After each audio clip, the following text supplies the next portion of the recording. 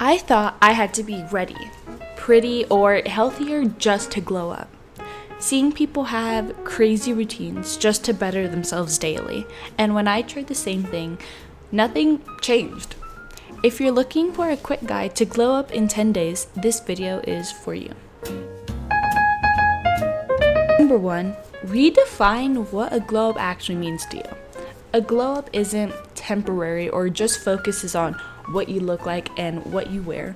You take in your current life and assess it through the lens of another person, right? For example, your life contains mood swings daily. One day you feel really good about yourself, the next you don't. You are objectively pretty but still feel ugly inside. You have your cool friends that you want to be but don't want to deal with their parent and home issues. You have your weird friends that even though you feel embarrassed to be around, you still appreciate their personality.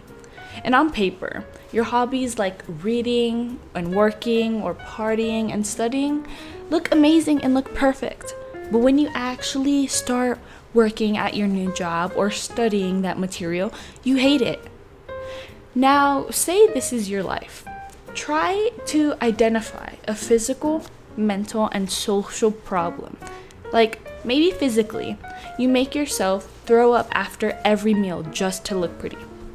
Maybe mentally, you only see things in black and white and not give any idea or event any wiggle room. And maybe socially, you have a conflict between being accepted or feeling accepted.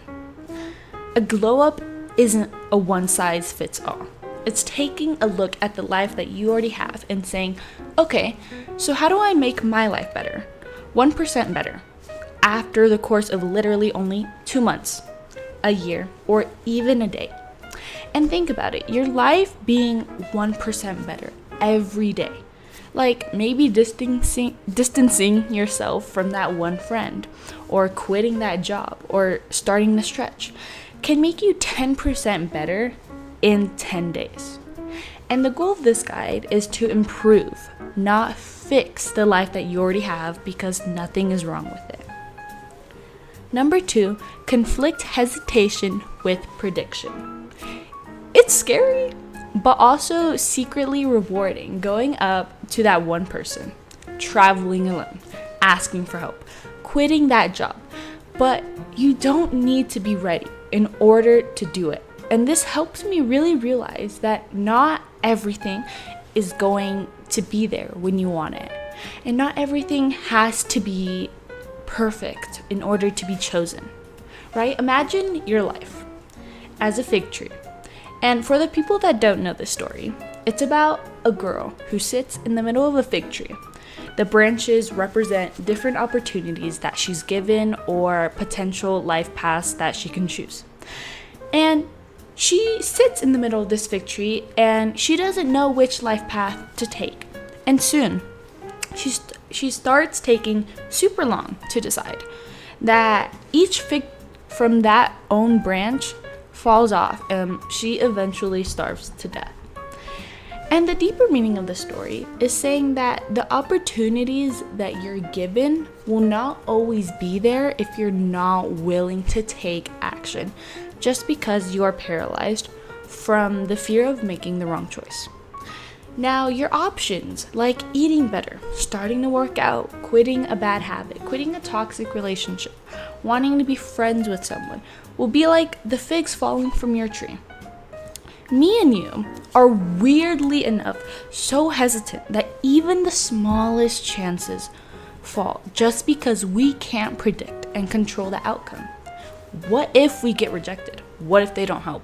What if they absolutely hate us? What if they judge? What if I fail? What if I don't make it? Are all phrases that feed our hesitation. And use that what if this time to create one thought, literally only one, that says, what if I do?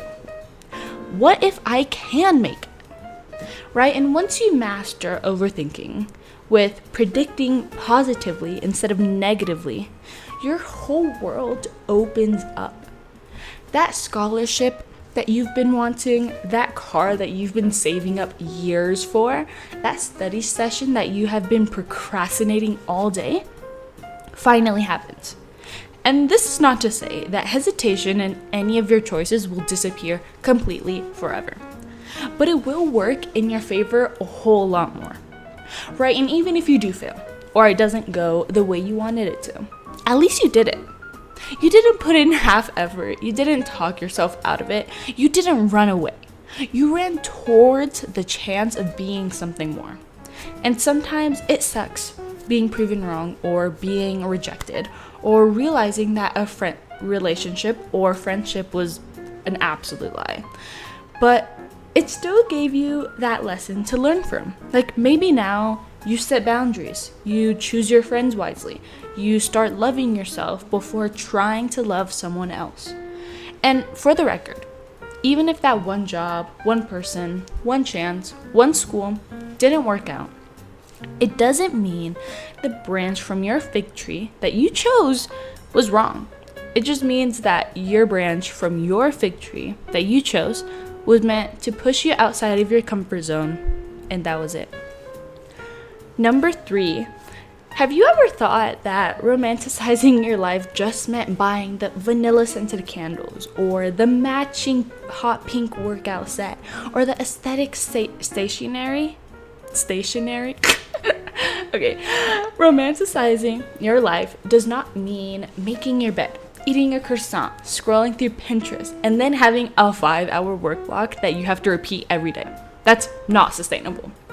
Regardless, every day is going to be different, and life is going to get in the way. And to make even the most normal day seem more exciting and fulfilling is by associating a habit with a positive interaction. For me, I associate daily habits that I do with songs. Lana Del Rey if I'm getting ready, lo-fi music for cleaning or studying, or Billie Eilish when I just need to calm myself down from a bad day. And it does not have to be just songs. It can be as simple as when making waffles in your own kitchen, maybe you recall a memory from one of your parents making waffles in your hometown. Or even drinking water. Maybe you remember the song Water by Tyla. There literally is no limit or specific way to romanticize your life. And as I said before, it's not one size fit all. As long as it makes what you're doing so enjoyable that you will continue it in a month or even tomorrow. Either way, a goal of romanticizing your life is to make connections through habits and happiness, so that you make your everyday activities seem funner than they actually are.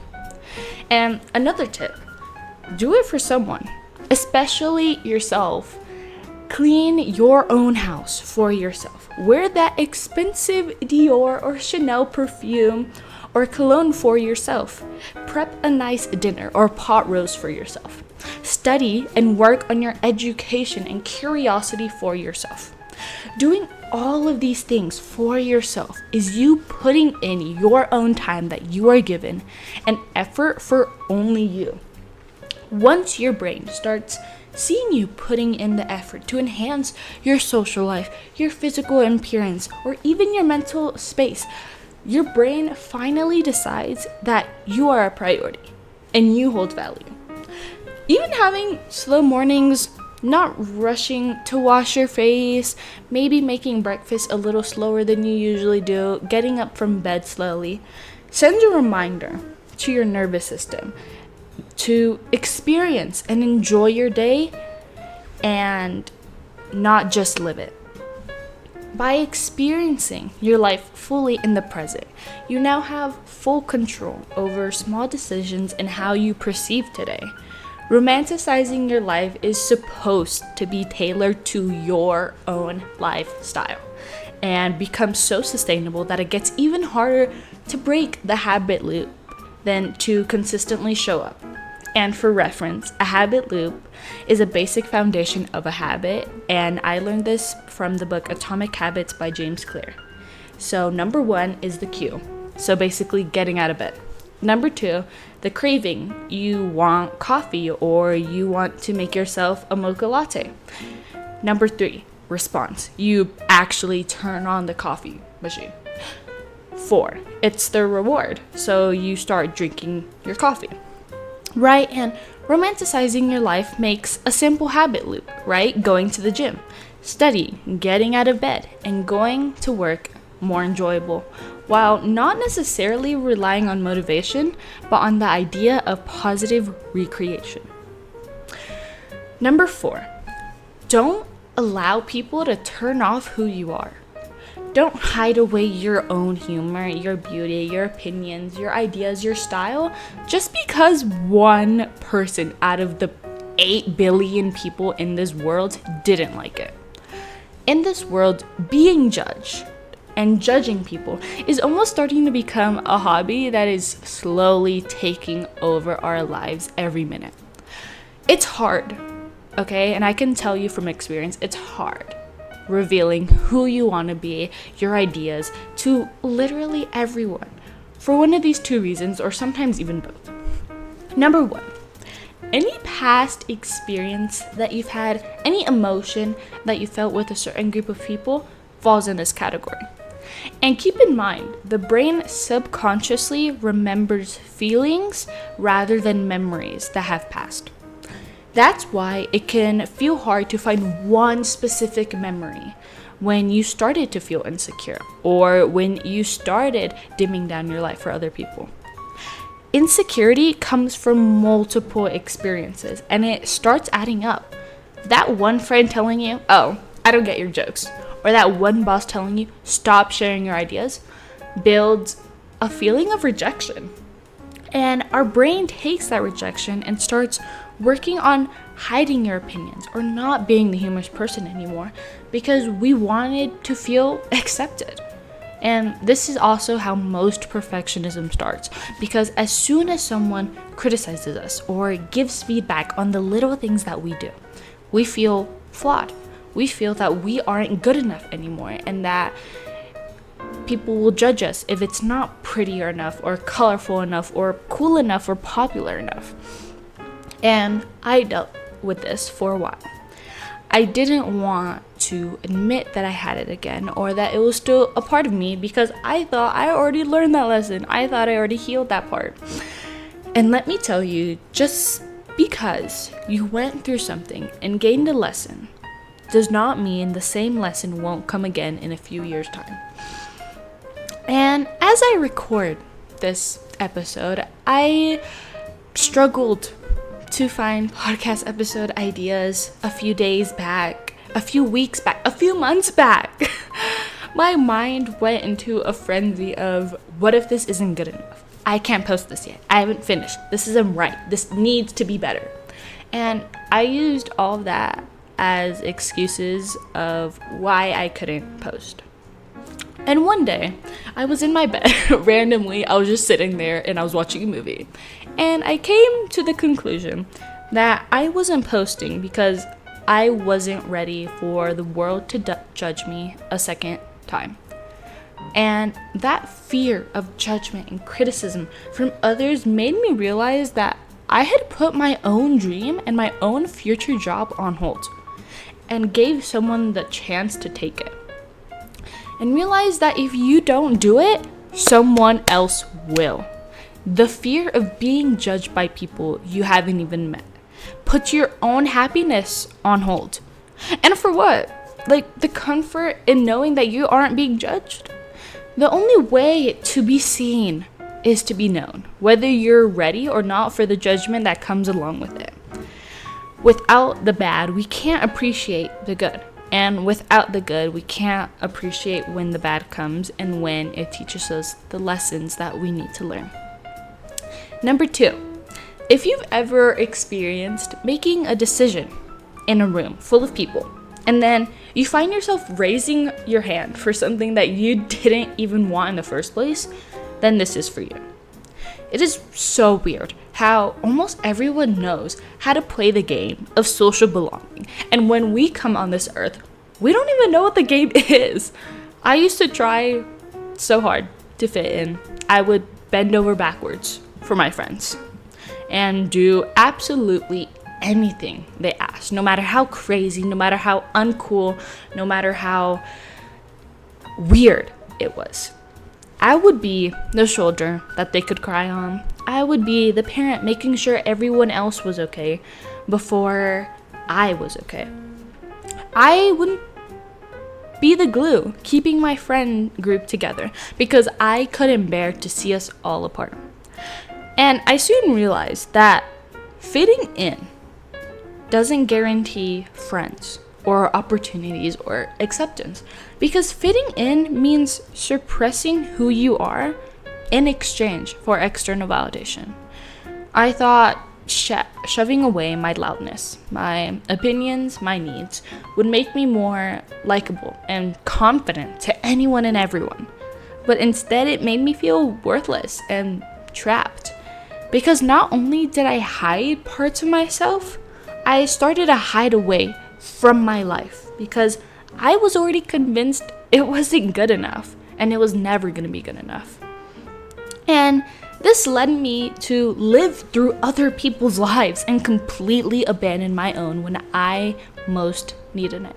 And let me tell you, buying clothes just to look cool, agreeing to everything to avoid arguments, and gossiping just to not be left out of the social loop was eventually draining. And after reflecting for months and even years later to this day, I still ask myself the question of, is the risk of losing my heart, my soul, worth it, not even for the guarantee that people will accept me? Number 5, have you ever left a video that was supposed to help you thinking, okay, so then how do I fix this? It's not just you, it's also me. And probably a million other people on the planet that are thinking the same thing right this second. Sometimes the video just tells us the problem, while other videos just tells us the solution, and it confuses me. It probably confuses all of you, and it's bound to leave people thinking, so what is the actual point of this video? And to recap the solutions from these 4 points that I just talked about are, number 1, view a glow up as an individual journey, not as a point that keeps repeating over time. The journey that you take now and the path that you are on now versus in 5 years is the real glow up, and it changes over time. The lessons that you learn won't be the same. The problems that you encounter won't be the same. It will be tailored to your life in the moment, not the life that you had 2 years ago. Number 2, anytime you feel anxious or hesitant to do anything, remember that it's better to be wrong and choose rather than not choose at all. Whether you're giving someone a quick compliment saying, hey, I like your fit, hey, I like your hair, or wondering if you should ask for help on a math problem, or asking for help, I don't know, changing a tire. Know that closed mouths don't get fed. And I heard this from model Alex Consani. There is always going to be choices that are uncomfortable and ask you to risk your stability, your job, your happiness, your status. But what if? Use the what if to your advantage. Instead of saying, what if I fail? And everyone sees. Say, what if I succeed? What if everyone notices? We are bound to be scared of making the right decision at the right time. But you won't have any more time if you stay in your head and don't do something about it.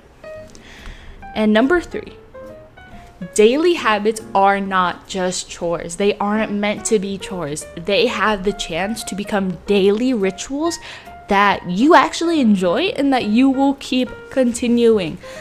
Working out, going to the gym.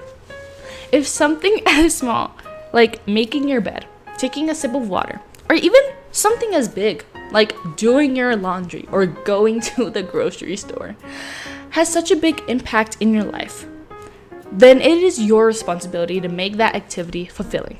Even if you don't feel it, whatever it is that day, you still recreate the feeling you get from that habit, not because you have to, but because you get to listen to music while you clean. You get to open your windows and see nature, or maybe you just see the back of someone's backyard. You get to light candles when taking a bath. And all of these things use the association, oh my gosh, I'm so congested, between a habit and a feeling caused by an item to give you more reasons to continue. Because if you have no reason to keep doing what you're doing, or to keep going to the gym, or to keep talking to your friends, what are you doing? Because then you're going to eventually get bored and stop doing what you're doing. Number 4, focus on building your personality, not finding it. Regardless of time, where you grow up, who you are, we are not going to be the same person in 5 years. Even if you personally do not change, your personality still grows by the little things that you still do for yourself and the way that you live life. I think one thing as a younger person that weighs on me sometimes is the pressure to know what you're doing right away, to know what you want, to know who you even are. And I realized through my small years on this planet that I am never gonna find my personality. I am never gonna be completely sure of what I want, what the future holds, who I want to be. And that's okay. None of us are. Our emotions change at lightning speed, and with new opportunities presenting themselves every single moment of our life comes new obstacles or new things that seem more desirable than what we already have now. It's not that you're lost or that something's wrong with you. It's that in order to improve and grow the way that you want, your personality can't be solidified forever. And that in small ways, it's inevitably going to change. And that is okay. Whew! We finished our very first episode of the brand new Perfect Balance podcast. It is so nice to finally be back after all these months. And I hope you found some helpful advice. And we are all wishing for the perfect balance of everything in our lives, and it will sit here waiting for you until the next episode.